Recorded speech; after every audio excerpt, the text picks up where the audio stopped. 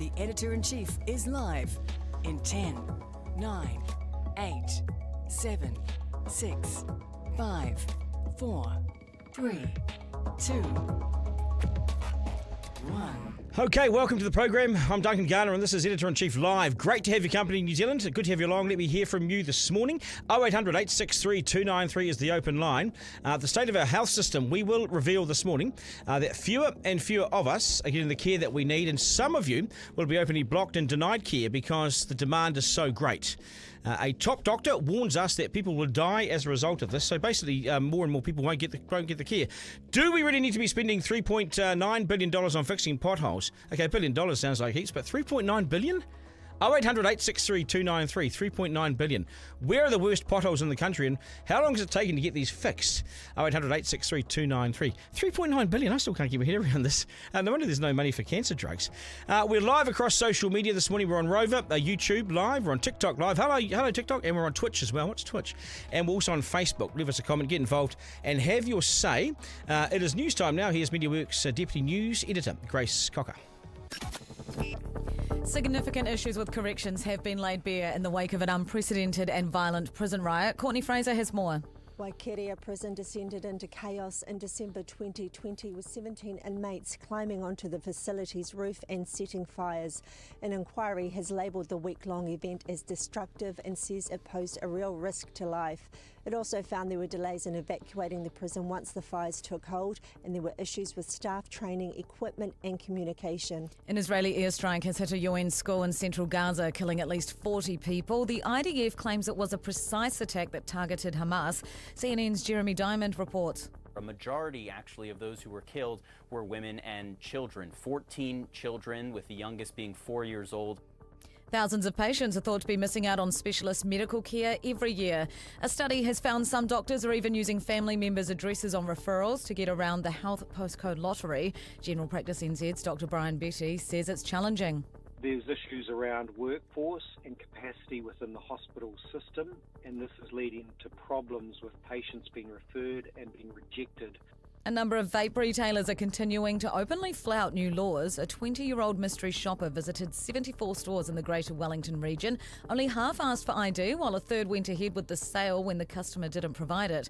And almost all the stores sold high-nicotine vapes that did not comply with new regulations.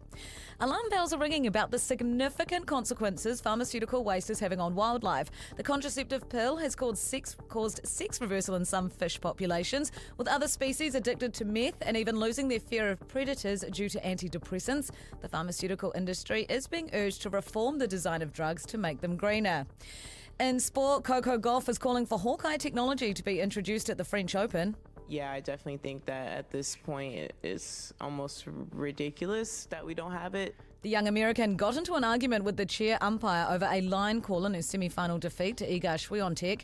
And the Super Rugby quarterfinals start tonight in Hamilton, with the Chiefs hosting the Reds. Kick-offs at 7:05.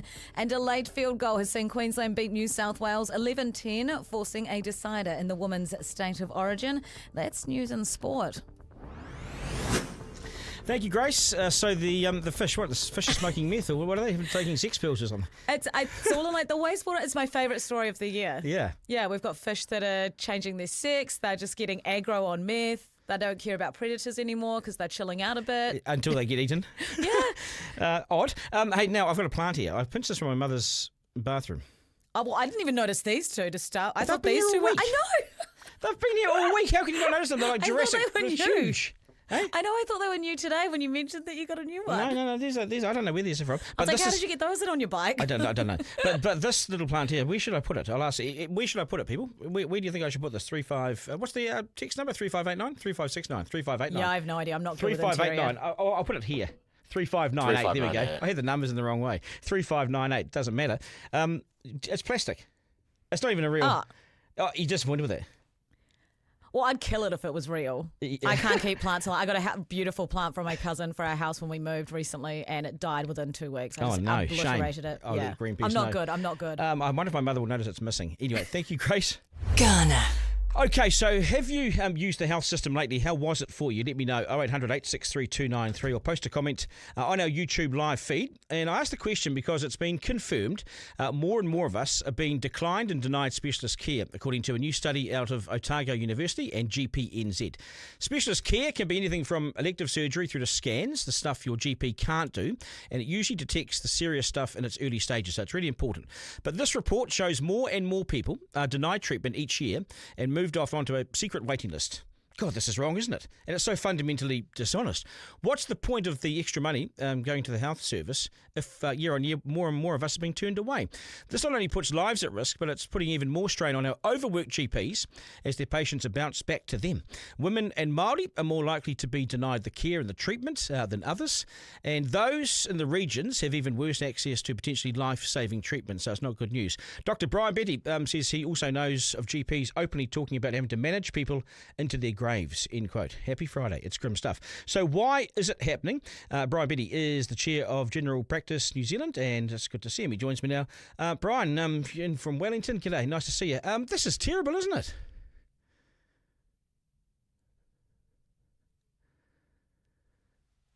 I'm just going to hold you there. I can't hear, Bryan. Nope. I think you might be on mute, Bryan. We're going to do this live. Here we go. This is good. We're doing a live repo. This is what you call a live repo. Yeah, they told me to put it on route. There we go. Now. Can you hear me? Hello, Bryan. Okay, We got you there. I'll reel you in. Okay, let's start again. It was a big intro. I hope you heard me. But it's not good news, is it? Yeah. No, look, this is a pretty seminal study. It really uncovers this problem that's hidden in the system of patients we refer to the specialist or to the hospital and are being rejected from actually seeing a specialist or getting treatment. The problem is bigger than we expected. We've been hearing a lot around the country about this happening, and this starts to quantify the size of the problem. So just to put it in perspective, Duncan, there's about 600 referrals to hospital per year from general practitioners, and of that, it seems about 85,000 of those are getting rejected even before they see a specialist, and that's growing each year. So this is a major problem. So it grows at, I think the figure's about 6% each year, which is not small if you think there's 85,000, so another 6%, another 6%, another 6%. We're talking thousands of people. So that being the case, why, Bryan? Why is it like this? Well, look, I think there's a couple of things that are happening here.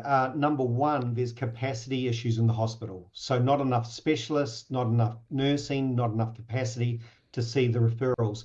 And what we seem to be happening here around the country in different places is the benchmark or the line to get into the referral seems to be going up. So it's getting harder to get that access.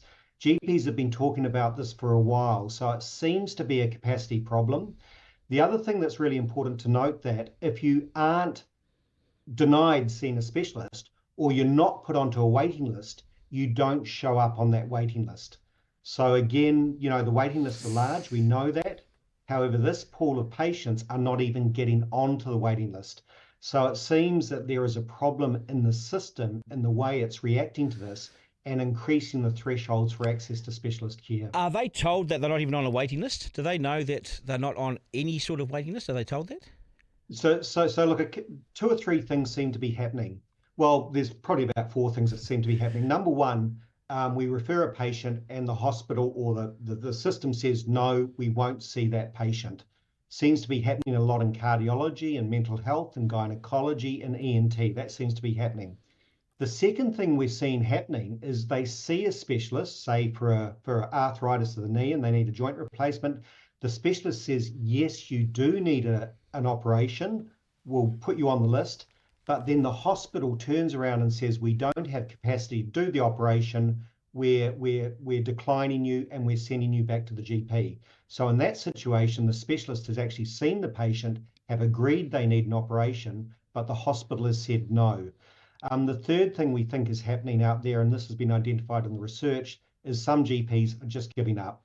They know the referral won't be accepted, especially in mental health, and they're just saying, look, it's not worth putting the referral in. So what do you have to do? So there's a number of things that are happening. Yeah, what do you have to do to get referred? Because my view of if you want the police to turn up to your house these days, you've got to say that someone's at the door with a shotgun. You have to sort of scare them, Bryan. So what do you have to do to get referred to a specialist service? Look, the practicality of the situation, and I've been in the situation, I practice in Cannons Creek and East Pororoa, so I've been in the situation a number of times where this has happened. And just recent examples of this, what actually happens, I'll say to the patient, look, they've declined you, they won't accept you. What we'll do in 4 to 6 months, we'll go through the whole process again. And when I go through the process again, I try and lift what I'm putting into that referral and doing it. I've had a recent case where I've had to do that 4 times over a year till they were finally accepted. Wow. This is a huge workload, a huge burden. Someone's going to die. Well, look, it was picked up in the report. There was a number of interviews that were done with GPs around the country. There was picked up in the report one case where a GP reported that a patient had been referred to cardiology, couldn't get to see the cardiologist, and did in fact pass away tragically. Well, anecdotally, we've heard about that around the country. We don't know the size of it. It needs more research, but this is potentially very serious. This is more than serious if people are dying. This is the extremity, isn't it? This is the extreme. What fixes it? I mean, I see the government put in, I was looking at the budget yesterday, again, $8.15 billion into capital and operational funding extra into health, right, over 4 years. So an extra $8 billion, and yet we still have these issues. Will anything you've seen in the budget fix what we've got here? Look, I mean, it's really hard to say. I think there's a couple of things that need to happen. This is the first time a report like this has actually been done to see this hidden problem. So this is not an obvious problem. So I think the first thing that needs to happen is Health New Zealand, the ministry, the government need to acknowledge this is happening. We need to be transparent about it. My feeling about this, if I am concerned enough about a patient to refer them to a specialist in a hospital, that regardless of the size of the waiting list, they should be put onto that waiting list so we know the true size of the problem. So we need to acknowledge it. We need to be transparent about it. We need to know the true size of the problem. And then you need to start to plan ahead to say, what capacity do we need to actually solve this issue? Because at the moment, it's not being thought about. And at the moment, it's not been planned for. So that's the actual issue we've got. Give me some scale here if you can, Bryan. And I appreciate having you on. It's good to see you again. The scale of the problem. How many people are on that waiting list right now? Not the one that doesn't exist, but the one that exists. You look, sorry, you've caught me on that exact number. The number was sitting around 25,000, I think 30,000 across the country. It's probably higher than that. I don't have the exact figure in front of me, but as I said, I know that we know from this research there are 600,000 referrals into specialty services per year, and there's a number of people on the waiting list across the country. And we know there's this 85,000 who just don't even get onto any type of waiting list whatsoever. Okay, so just putting the volumes are big. The volumes are big. So that's 85,000 who don't get on the waiting list, 30,000 who are on the waiting list, and the rest get the operation or get the scan. Don't quote me on that 30,000 because I could be wrong on that figure. I'm just popping it out the top of my head. So, but let's say it is right. Let's say it's somewhere close to that generically. So 30,000 there, 85,000 who don't exist at all. They're just sort of ghosts out there with a problem. That's more than 100,000 New Zealanders who need medical care that aren't getting it. It's outrageous. We've got a system that's under pressure. We know that. The hospital's under pressure. My specialist colleagues talk about this all the time. We know that general practice is under pressure because the problem with this as well, and what I've just explained, is it puts pressure back onto general practice. So we know that patients who don't get on waiting list tend to have to see their doctor more often, up to 4 to 6 times more often than the average person. This costs some money, so there's a financial implication. And what we do know from the research, a lot of practices or doctors are just waiving fees because these people are in desperate need of care. So this is falling back on an already at capacity general practice sector. And as a result, we can see the interaction here with one system. Something occurs in the hospital system that puts pressure back in general practice. And that's the other thing that's been uncovered here, that it's really sort of putting pressure on different parts of the system. What about the regions? You talk about the postcode lottery and all this, and that it doesn't mean you've won any healthcare for free. It means that you won't get it. If you live where are we talking about? Yeah, so there's quite a bit of variation around the country in terms of where this was happening. So we do talk about this postcode lottery, depending on where you live, depends on access. Certainly in the study, one of the worst places that showed up was the Southern District, Otago Southland. There are a number of other places around the country, rural places in particular, that were struggling. So Southland, Otago Southland in particular, tended to show up as a particular area of problem, and they have been in the news recently, and in terms of issues they've had around hospital capacity and things. So yeah, there is quite a variation around the country in terms of what's happening. If you were tapped on the shoulder by the Health Minister Shane Reti and said, Bryan, come into the office, I want you to design the solution today, what does it look like? Oh, look, I would look at the total number of people who need specialist referrals and what demand is placed on there. I'd then ask the question, how many cardiologists do we need? How many gynecologists do we need? How many ear, nose and throat specialists do we need over the next 5 years with this growing problem to cope with this? And let's fund it. Let's just do it. Yeah, but can we get those people? Because if we don't know the size of the problem, we can't do anything. Correct. Yeah, exactly. So they need data, and I'm not even sure they're doing that, are they? Yeah, so one of the problems here is the data's not being collected. So they collect data on those that get onto the waiting list to either see a specialist or to have an operation, but they don't collect data on those who are rejected from any chance of getting onto the list. And this is why this study is so significant. It's the first time we've actually done something to say, well, actually, this is the size of the problem across the country. And it's a significant problem. 80,000 people getting rejected off the not even getting to see a specialist. This is the hidden problem in the system. So this is really significant. And no, you're right. That data is not collected. It does need to be collected going forward. And of course, does this take into account population increases as well? The immigration numbers are 140, 150,000 net gain just in the past 12 months. That's with 50,000 going to Australia. 150,000. Yeah. So if we were to add 1 million people in the next 10 years, which it looks likely we will do, which we've just done, so every 15 years is another 1 million people, as a policy, you'd think that would have a massive debate and massive ramifications for public policy. We're not getting it, but we're seeing it right now with this report. We need to plan 5, 10, 15, 20 years out. The population is growing, and the other thing that's happening within the population is we're getting older. So as we get older, we have more medical problems. We require more medical intervention, either in hospitals or with general practice. We actually need to be planning ahead for this. And it's no good just planning the next 6 months, the next 12 months. You're absolutely right in what you've said. We need to be planning 5, 10 years ahead and saying, what do we need to actually have a functioning, working health system that addresses these issues? Yeah, it's there's a lot of work to do. Bryan, I always appreciate your advocacy, always appreciate your time on the program. Good luck. Great, thanks, Duncan. Okay, cheers. Garner. Okay, 0800 863 293. That sits you on your bum, doesn't it? What a concern. And we're paying our taxes for what? 85,000 New Zealanders won't get care they thought they were going to get. You have come at me loud and clear on TikTok this morning. Good to see you on TikTok. Talk me through this, Forrester. Forrester slightly hungover this morning, had a late night, but he's still with us. Forrester, you're allowed to, you're young. No, you just need to stand up for yourself and keep pushing them. Yep. That's a guy called Big Balls. And Matua says staffing issues, outsource it, go private. Yeah. Your text message says if you can afford it, get health insurance. There's the answer there. James says money means nothing if you don't have your health. We lack CT machines nationwide. One machine per hospital is not enough. And that's the thing, isn't it? What do you reckon, Willie? You worried about when the time comes? Not far away from you, isn't it? You'll be the oldest in the room here. Easy, China. I tell you what, I look a lot younger than you at the moment. What do you mean?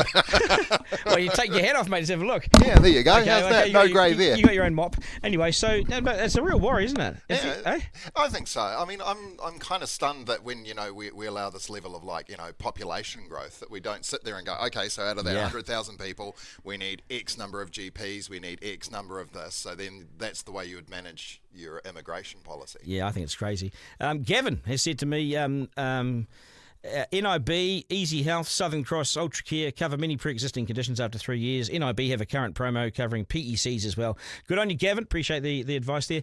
The other thing, Willie, is when things start to go wrong, you do need a referral. Yeah. No longer can you have confidence that you'll get that referral. We don't know what the standard is. That's the frightening bit, because basically you're just assuming that when you go to a GP, these things are going to happen, and now you're not sure.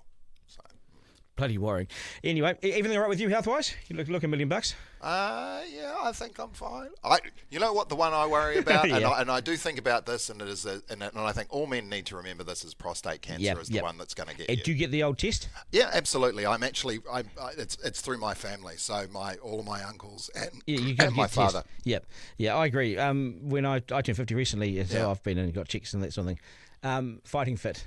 Well done. Apart from cellulitis in my leg, which almost killed me over summer, I'm alive. Okay, good on you, Willie. 3 questions from the Editor-in-Chief. 1. Okay, number 1, who is enforcing our new vaping laws? Perhaps no one is the answer. Perhaps there are too many stores to actually police. But research out today in the New Zealand Medical Journal shows just half of the 74 vape stores looked at asked for ID, just half of them. And several stores continue to sell the discounted $2.50 disposable vapes, which are meant to be banned from the shelves. So far, 100 infringement notices have been dished out, but there's so much money to be made here that the odd infringement notice might not be seen as much of a deterrent or barrier. Maybe authorities should shut their doors and give them a wake-up call. I still can't believe that we've allowed willy-nilly, nothing to do with Willie, of course, but willy-nilly our citizens to be guinea pigs in this explosion of a product that no one knows much about. But we've fallen for it. In 30 years' time, we'll look back on this as the new smoking. Don't be fooled by being a crash test dummy. Don't fall for it. 2. At number 2 today, how much does it cost to fix the country's potholes? Now, if I told you $3.9 billion, would you believe me? That's the size of the Pothole Fix-It Fund after it received $1.6 billion yesterday to sort out these potholes for good. Some are so big they can take 3 days to get out of. But $3.9 billion to fix the potholes seems like an incredibly big number from a government intent on cutting everything, don't you think? I mean, $1.6 billion boost is $600 million more than we give Pharmac for the entire drug buying budget. The 13 new cancer drugs National failed to fund were $280 million. But this pothole fund is now $1.6 billion bigger, so where does all the money go? Well, the answer to that is, of course, into a hole in the ground, isn't it? Don't be silly. It's a very silly question. I smell a rort here. I reckon there's a rort going on. 3. Number 3, who was it? Who was watching porn at the Kmart in Bethlehem in Tauranga yesterday between 2 and 3 in the afternoon? The store microphones had been left open and the sound of a female having a good time was coming through the speakers. Now, no one could find Willie in the office, so there's question marks. A sort of a moaning sound, as in, let's go, baby. Now, a number of people heard this, and it's the big talk on a social media site of 300,000 people. They're all discussing it. Who was it? Who was on the little break? Was it the real thing, or was it just somebody watching porn in the staff room in their break? And now I'm sure managers will get to the bottom of it and give them a dressing down when they finally reveal themselves. Garner. Okay, let's talk sport with Johnny Day. JD, nice to see you, mate. Yeah, good to see you, Duncan. How's Nice things? plant next to you. And is that wine or water? That's water. Okay. The wine was drunk last night, sadly, all of it by Forrester. This is my mother's plant from her bathroom. Oh. I pinched it on the way out this morning, brushed the teeth, I'm going to grab the plant. See it? And whoops, there's a fake shell that's fallen down. And I'll see if Mum notices it's gone. Yeah? So she'll be watching live. Hi, Mum. So, yeah, I'll just leave it as a sort of a... You shouldn't steal from your mum. No, I haven't stolen because I'm admitting that I've just borrowed it. Okay, It's a lease plant. That's the word. How are we looking, JD? We've got the rugby, eh? Yeah, we do. Quarterfinal time, and it's a little bit deflating, isn't it? Yep. Quarterfinal time in Super Rugby because so many mismatches. Yep. The closest game will be tonight, I'd imagine, between the Chiefs and the Reds, who have a bit of history, actually. Their last 5 games, the biggest winning margin has been 9 points, and the Reds have won 3 of those. So, But the Reds are handy. Yeah, they're decent, but they're missing their big number 8, Harry Wilson, who causes a lot of damage. He's got a broken arm, so he's out. You'd expect Damian McKenzie and the Chiefs' backline, Rolls-Royce backline, to deal with the Reds tonight. And then you got the Canes, who are going to absolutely destroy the Rebels in Wellington. The Blues will absolutely wipe the floor with the Drua. They will, yep. And I think the Highlanders won't be able to beat the Brumbies in Canberra. As much as I would love it for the South Island, All good. for the Landers to come through, that would be great. They haven't been consistent enough, have they? It's just, top 8 is too many teams. Yeah. It's too many crappy games. It should be finals footy. All these games should be close and exciting. Like, remember the Rugby World Cup in the quarterfinals. What are they How trying good to were do? they? Oh, that was the best. What are they trying to do, though? Well, they're just trying to make every game interesting heading towards the end of the season. So if people are they can still make the 8. Like we had the Crusaders needing the Rebels to beat the Drua in the last game to make the 8. It made it exciting. But Shit, how did the Crusaders miss out on top 8? I mean, virtually everyone got in. yeah, because I mean, they're they were looking rubbish. for teams to get in. Doing a review at the moment. I don't think Penny will survive this at all. Let's move to the T20 World Cup quickly, Yep. because I've just seen the USA beat Pakistan. No. That's why I was late to this podcast. I thought you were still at the radio awards. Exactly. Well, I wish I was. Man, it was a good time last night. But yeah, the USA, the might of the USA at home in Dallas, Texas. You picked this 2 days ago, have beaten didn't you? Pakistan. You yeah. picked it. You said they were going to win a game. Well, and Pakistan too. Like, it's always Pakistan, isn't it? So people will be making fixing jokes, I'm sure, all around everywhere. But the USA deserved it. Good point. A bunch of expats in that team, including our own Corey Anderson, who used to play for the Black Caps. How did he go? He's in their team. He bowled 1 over for 6 runs. So Well, imagine $1 pretty million bucks good. for that over, probably. Yeah, and it was a super over, and it was just awesome. So will cricket catch on in the USA? They've got a winning team. They've beaten Pakistan. Yeah. Pakistan have won World Cup. Have they won a World Cup before? They have, I think back in the day, they made the final of the T20 World Cup 2 years ago, and of course they won the 92 World Cup, which In Zaman Al Haq. Yeah, God's still giving us nightmares, isn't he?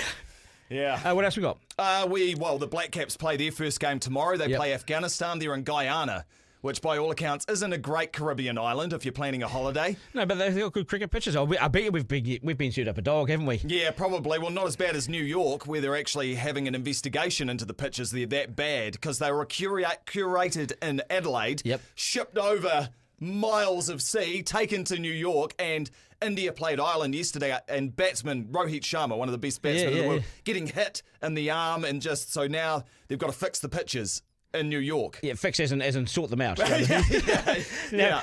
Now, they were made in Australia, did you say? Yeah. You see, Aussies. Yeah.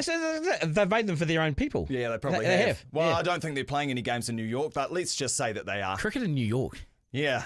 It's weird, isn't it? We've got the Wars back in action tomorrow, which is good against the Cowboys, who had 6 players in Origin. They named your team? Yep, they have.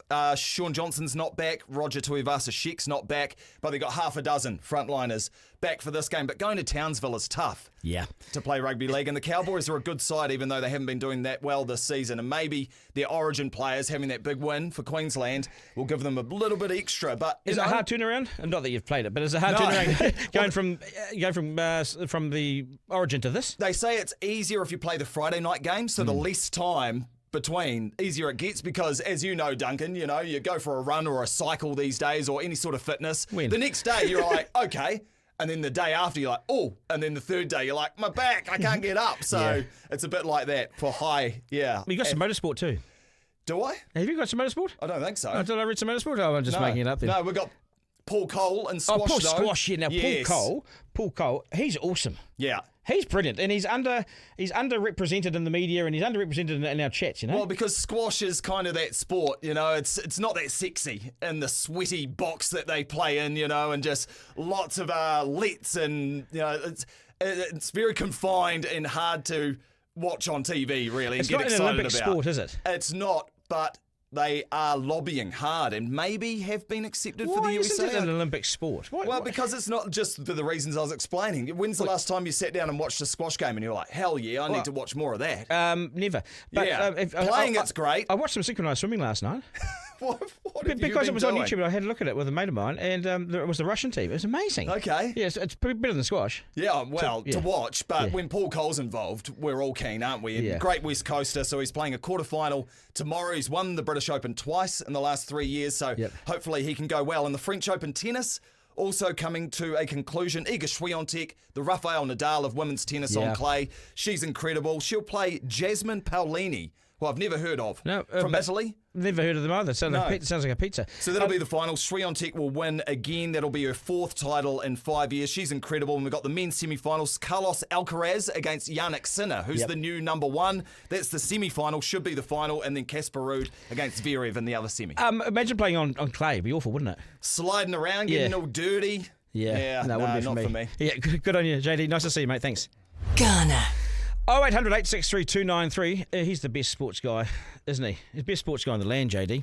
I wonder where he was this morning. He was just more research. That's what you get, more research. Gavin says, look me up, Grow Financial. Okay, we will do. Thanks, Gav.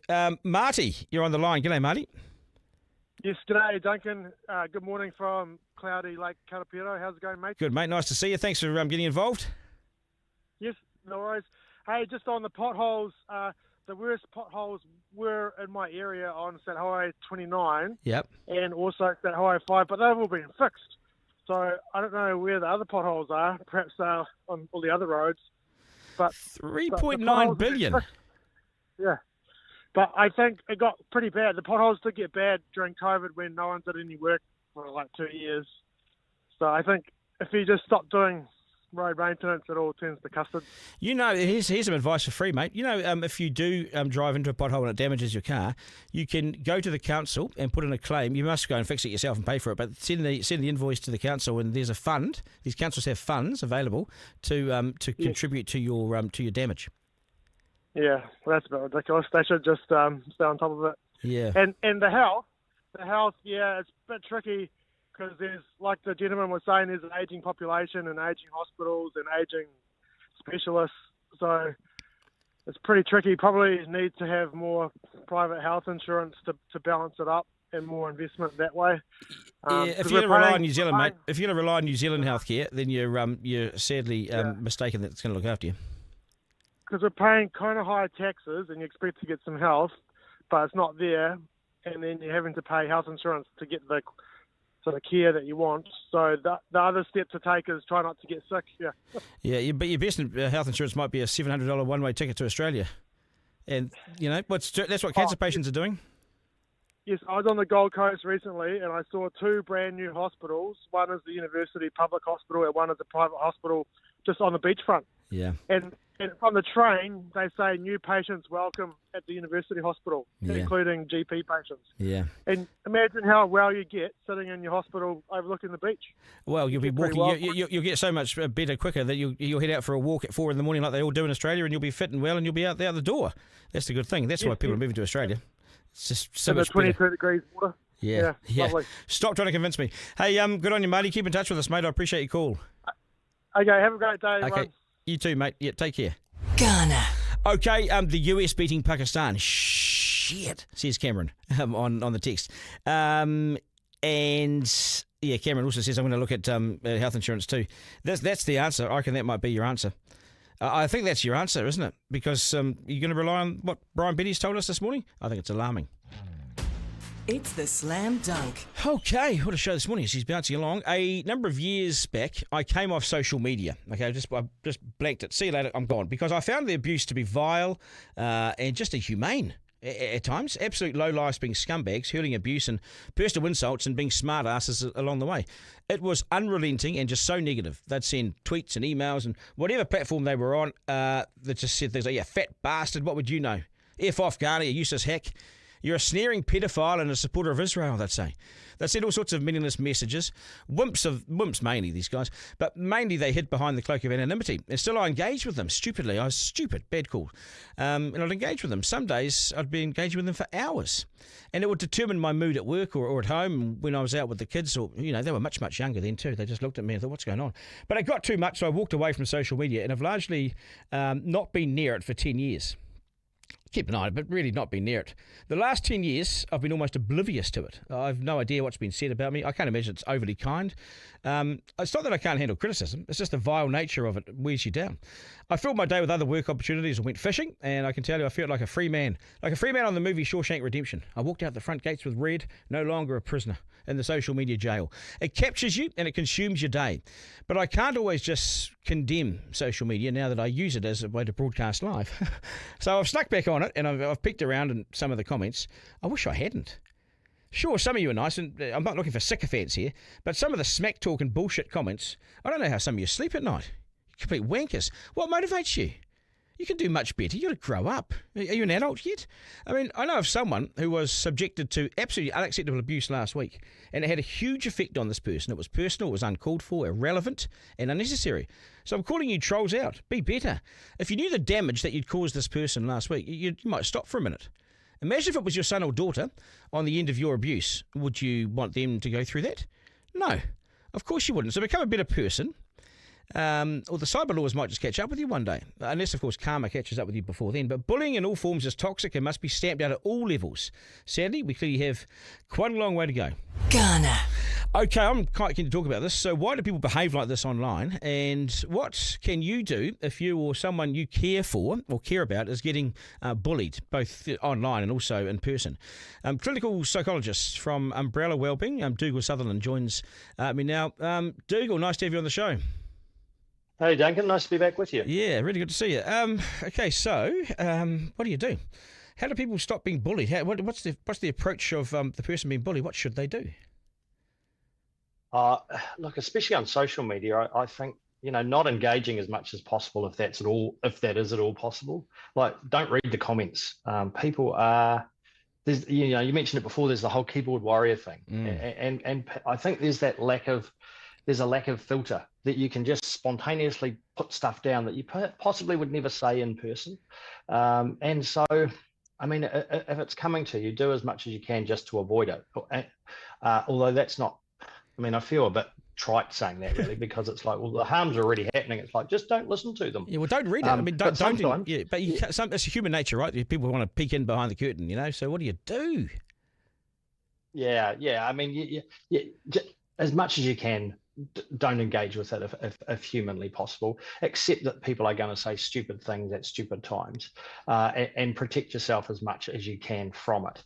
There's a whole lot can be done, perhaps upstream, to try and stop it happening, particularly in workplaces and schools and that sort of thing. But if you're the victim of it, it's a bloody hard thing, and just do what you can to separate yourself from it. Do you think that these bullies have any idea that it's read and that it's actually getting through and the damage it does to people? Oh, look, I reckon people probably believe that it's being read, or I think most people would post it thinking that it probably would be read. I think there's a disconnect, though, between, as you kind of alluded to earlier, between what I type and the impact it has on you. I don't see the impact it has on you. I can just fire something off. And I think we're so used to doing that with social media. We're just used to sort of putting our thoughts down. Just whatever comes to mind, I'll just put out. And we lack that sort of buffer that you would get in normal social communication. So there's no feedback. There's no direct feedback. If I was saying something to you in person and you started to look at me oddly, I might go, oh, gee, maybe you're taking offense there, and maybe I'll tone it down. There's no feedback on social media. So you just put down whatever you're thinking. And that's the other thing too. These people that say this stuff, they'd probably never say it to your face. If you walk past them in the street, I'm sure this has happened to me many times, but the people who have been arseholes online have walked past me in the street and said nothing. They won't say it. This is New Zealand. They don't say it to your face.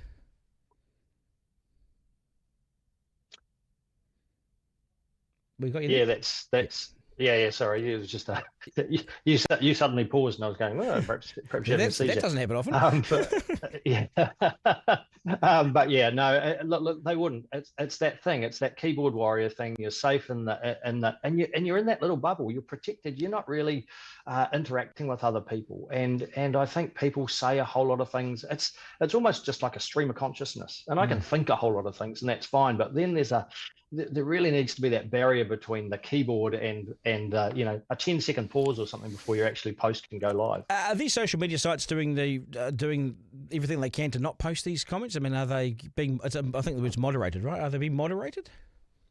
I'm certainly not an expert in those areas, but not from what I can see. I think people are reasonably free to post, and there's the whole free speech kind of angle that people run, that, I should be free to say whatever I want to say. I'm not sure I fully adhere to that, but it doesn't appear to me that there's an awful lot of moderation going on, especially for those kind of, if it was a death threat, there seems to be moderation around that. But anything short of that seems to just be open slather, which is pretty unfortunate. Yeah, you can always go to, there are cyber laws now, you can always go to the cops, and you can always lay complaints anyway, can't you? You can, yeah, you can. And look, going to check out NetSafe too can be a useful resource, and they can often be really helpful in figuring out how to prevent this stuff or what you can do about it. They're the experts in the area. Good man, Dougal. Nice to have you on the show. We'll do it again, eh? Appreciate your time. Thanks, mate. Okay, nice cheers. to see you. Cheers. Okay. Garner. Okay, so a lot of feedback coming in. Let me get through some of this. You've been bullied, Willie? You've ever been? I was terribly bullied in intermediate school, and it was walked home in a headlock by about 2 Ks in a headlock. Yeah, by this prick Kevin. What did you say to deserve that? I don't know. It's just I was just living. No, I'm not dismissing your experience. That's terrible. I was so upset. No, my parents were outraged, and the old man stormed up to their house later on in the evening. I think everybody's got to experience it at one point in time, and it's I think I've managed to block it out of my memory now. Pretty scary though. Maybe that's just because I'm getting old and everything seems so distant beyond. Well, maybe maybe you're so old you don't remember it anymore. I think that's what it is. Some of the feedback here. On actually, Forrester, why don't we talk through some of this stuff on TikTok? Yeah, on TikTok, you've got people saying, "Oh, that's a hungover cough, isn't it?" Duncan and I turned on TV3 the other night to watch the story on 3 News, but it wasn't on. Police do nothing. What was that? Who's snorting? That's me. I'm sorry. That is old man snort. No, Miranda, remove him from the office. He's making a joke about Heather not being there anymore. I heard it. Police do nothing. Problem nowadays is people don't think there will be repercussions. Net safe is a joke. Politics is a brutal blood sport. Once it becomes personal, that's too far. Yeah, that's true. Police do nothing. This is what it says here. Police do nothing. And if you want the police to turn up to your house, say there's guns involved. That's the shortcut to getting the police there. Yeah. They probably won't appreciate me saying this because, No, they won't. That's good. I'll say it again then. So say there are guns. Duncan says, social media is shit talk and gossip, just like the telephone back in the day when your mum and aunties used to spend hours a day being shady to each other. Do you know, people who sit on the phone all day and all night, get a life.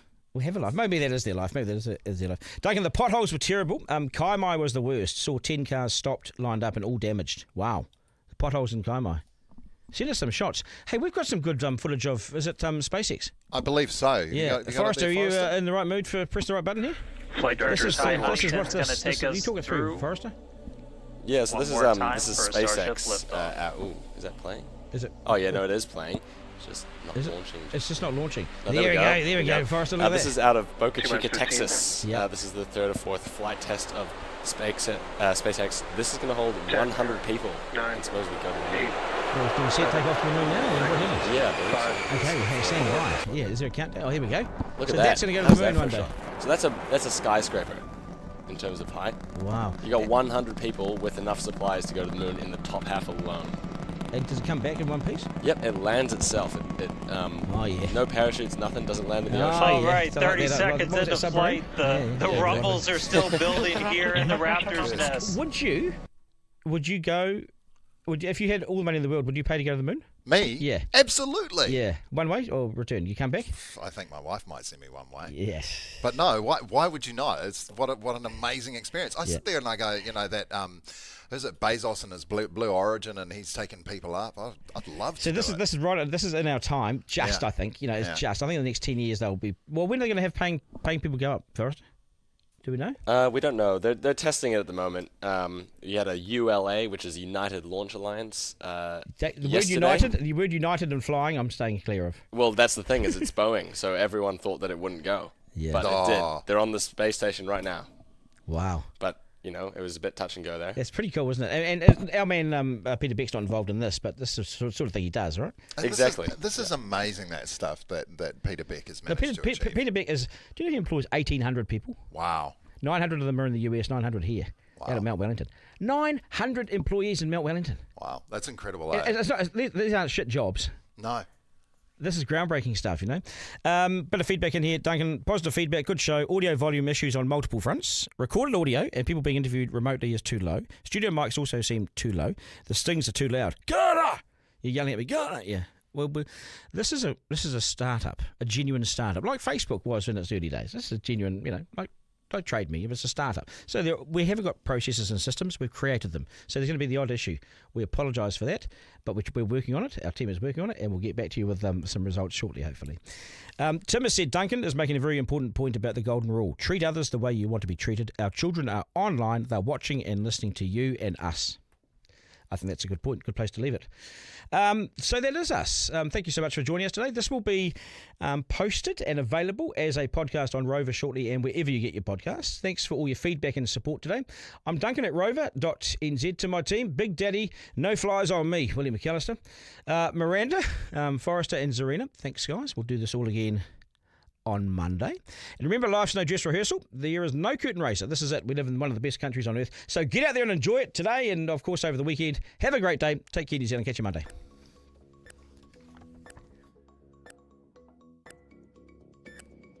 That was Duncan Garner, Editor-in-Chief Live. Missed something on the live stream? Text Duncan to 3598 to listen back on the podcast. Want to get in touch? Call 0800 863 293.